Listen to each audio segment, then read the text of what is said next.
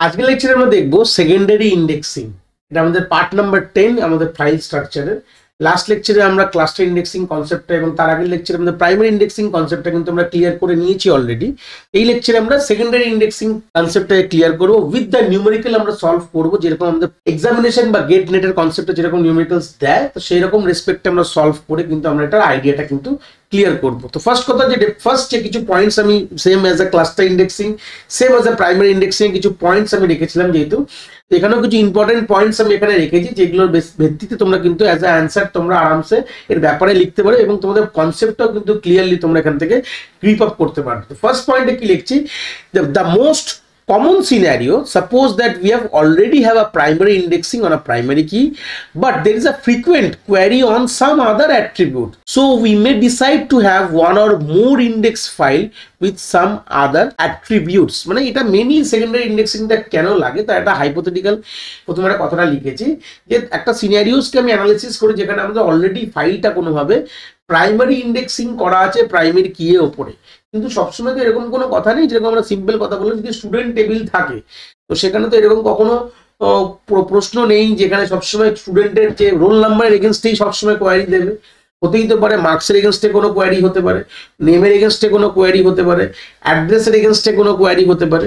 তো যেগুলো আমরা ম্যাক্সিমাম, যেটা তো আমাদের হাতে সফটওয়্যার তো আমরা বানাবো, তো আমাদের হাতে অ্যাক্সেস থাকবে যে আমার যে সফটওয়্যার যেখানে আমাদের বানিয়েছি সেখানে কোন কোন ফিল্ডের ওপর আমার সার্চিংটা করেছি আমি, সেটা আমাদের তার নামের এগেনস্টে করেছি কি রোল নাম্বার এগেনস্টে করেছি কি তার অ্যাড্রেসের এগেনস্টে করেছি, সেটা আমরা কিন্তু জানি। আমরা আলটিমেট ডেটাবেসে ডেটা স্টোর করি, সেখানে আমাদের ইন ফিউচার ওটাকে রিট্রিভ করার জন্য by using some means of front end software. তো সেই সফটওয়্যারটা কার এগেনস্টে আমাদের সার্চিংটা সেটা আমার হাতে রয়েছে, সেটা আমরা অলরেডি জানি।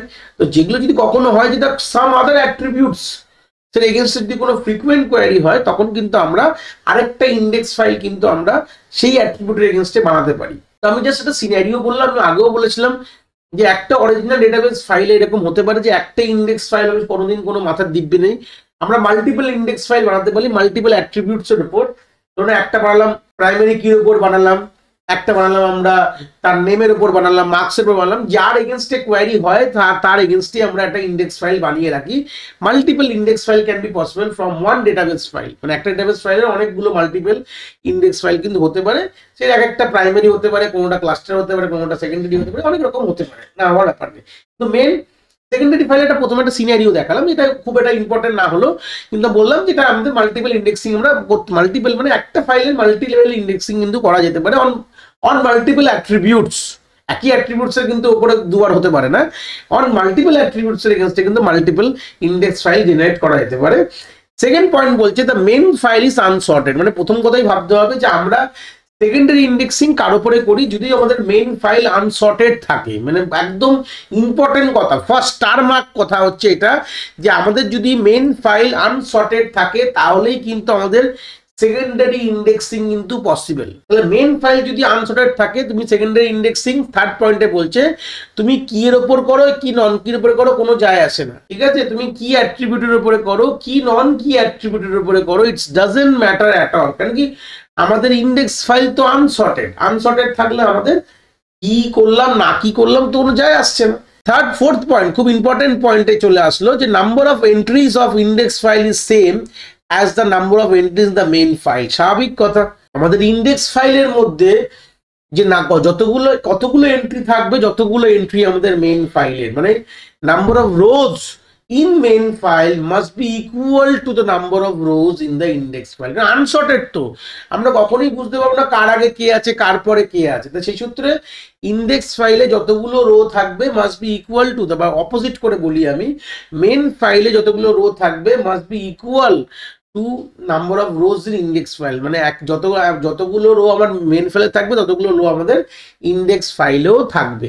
তো যেই সূত্রে এই কথাটা বলে ফেললাম, তাহলে তোমরা পরের পয়েন্ট দেখে বুঝতে পারছো it's a example of dense indexing.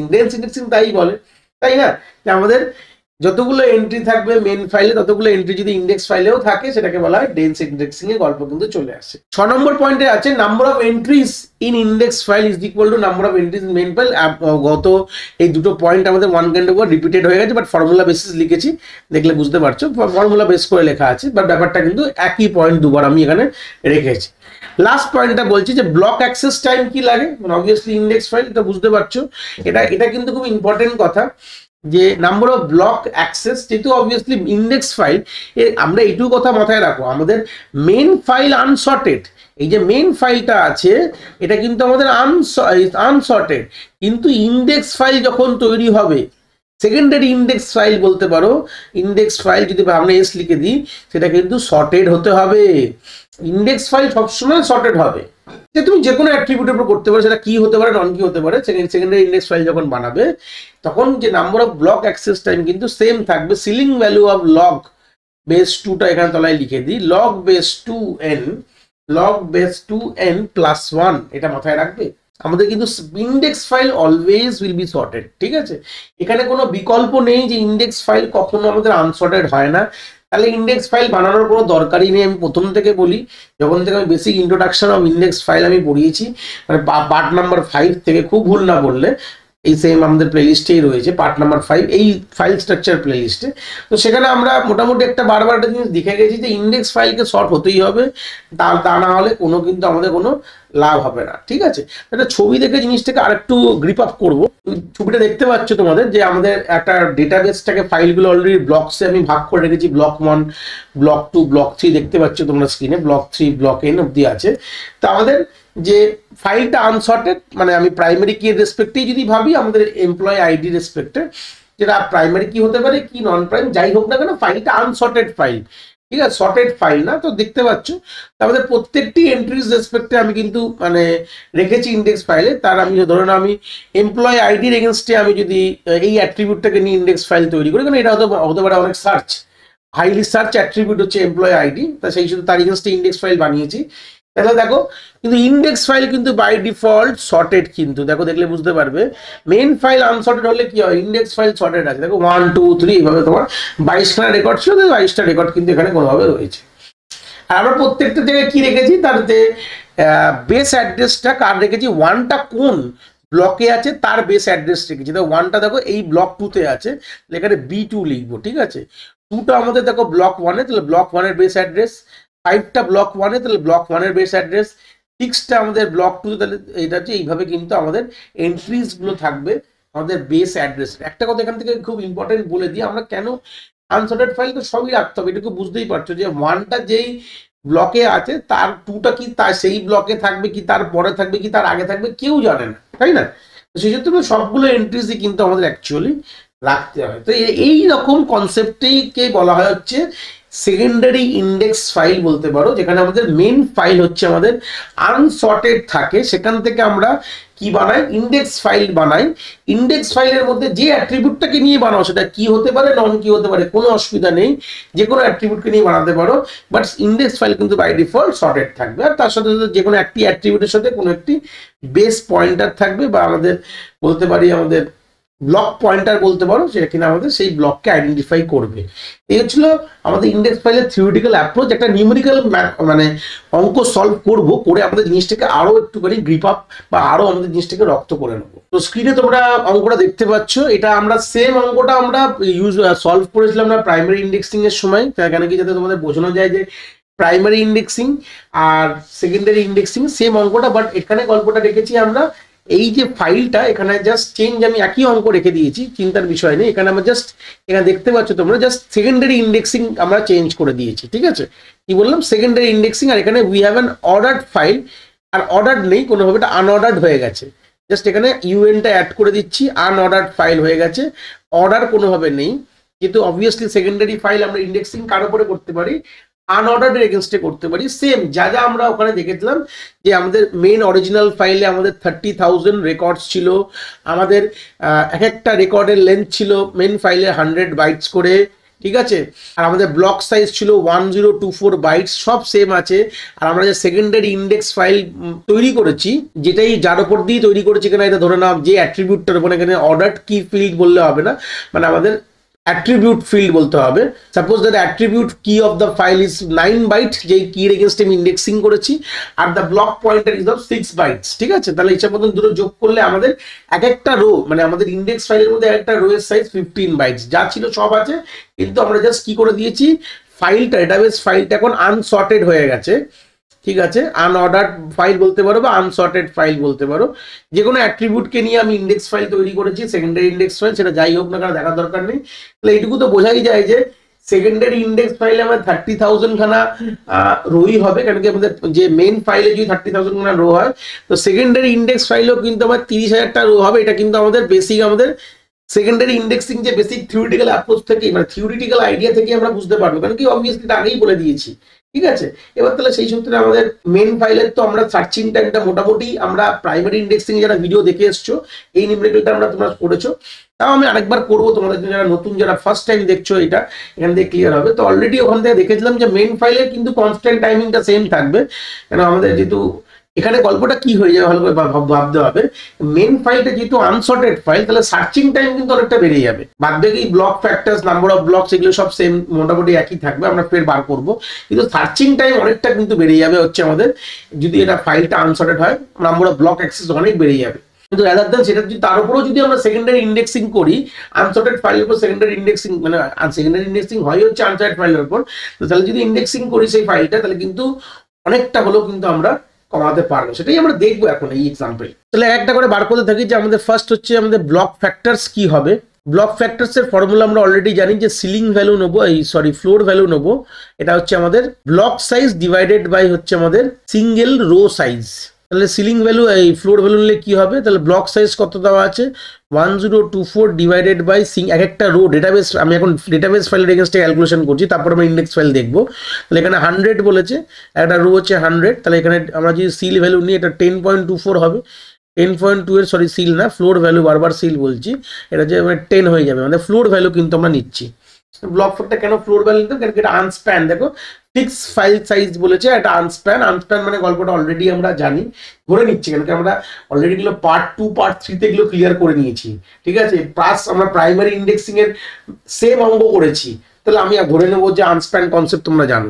না হলে আমাদের এই প্লেলিস্টে, আমাদের এই ডিসক্রিপশনে আমাদের প্লেলিস্টের লিঙ্ক আছে, ডেটাবেস ম্যানেজমেন্ট সিস্টেম, ওখানে গিয়ে ভিজিট করে আমাদের পার্ট 2 পার্ট 3 তে এগুলো ক্লিয়ার করেছি, আমরা পার্ট 8 এ প্রাইমারি ইন্ডেক্সিং পড়েছি, সেম অঙ্গ করেছি, এগুলো একবার দেখে নিলে তোমাদের জিনিসগুলো একদম ক্লিয়ার হয়ে যাবে। তো নেক্সট আমরা কি বার করবো হচ্ছে কতগুলো ব্লক লাগবে টু স্টোর দা আমাদের ডেটাবেস ফাইল। তো ডেটাবেস ফাইলটাকে আমাদের কতগুলো ব্লক লাগবে আমাদের হার্ড ডিস্কে স্টোর করার জন্য, সেটার ফর্মুলা দেখতে পাচ্ছ স্ক্রিনে। Number of block required is equal to total number of rows in database file, তোমরা পুরোটা লিখুন, শর্ট করে লিখেছি, divided by the block factors. তা কতগুলো রো আছে ডেটাবেস ফাইলে, আমাদের 3000 খানা 30,000 খানা রো আছে, যেটা এক একটা ব্লক ফ্যাক্টর আমাদের 10, মানে এক একটা ব্লকে 10টা করে রেকর্ড আমরা রাখতে পারি। তাহলে এটা সিলিং ভ্যালু নেবো আমরা অবভিয়াসলি, এটাও আমি ডিসকাস করেছিলাম আমাদের, সেটা আমরা পার্ট 6 ভিডিওতে, পার্ট 8 ভিডিওতে এগুলো সব ডিসকাস করেছি, কেন আমরা সিলিং ভ্যালুগুলো নিই, যাতে আমাদের যদি আমাদের এক একটা ব্লকে কিছু রেকর্ড আমরা রাখলাম, বা কিছু জায়গা খালি থাকলেও সেটাকে আমাদের ছেড়ে দিতে হবে, সেখানে অন্য কোনো রেকর্ড রাখতে পারবো না। অলরেডি আমরা we are discuss everything about this thing. তাহলে আমরা যদি কাটাকুটি করি, তাহলে কত আসবে, আমাদের 3000 খানা আমাদের ব্লকস কিন্তু লাগবে আমাদের অরিজিনাল ফাইলকে স্টোর করতে আমাদের মেমোরির মধ্যে, এটুকু কিন্তু ক্লিয়ার হয়ে গেছে, বা আমাদের হার্ড ডিস্কের মধ্যে অ্যাকচুয়ালি স্টোর করতে লাগবে। তো সার্চ করতে গেলে কি হবে, যেহেতু এটা আনসর্টেড ফাইল, তো আনসর্টেড ফাইলে কখনোই আমরা বাইনারি সার্চ লাগাতে পারবো না, তাহলে আমাদের লিনিয়ার সার্চ লাগাতে হবে। তাহলে সার্চ টাইম হচ্ছে অর্ডার অফ এন, তাহলে আমাদের সার্চ হচ্ছে অর্ডার অফ এন হবে।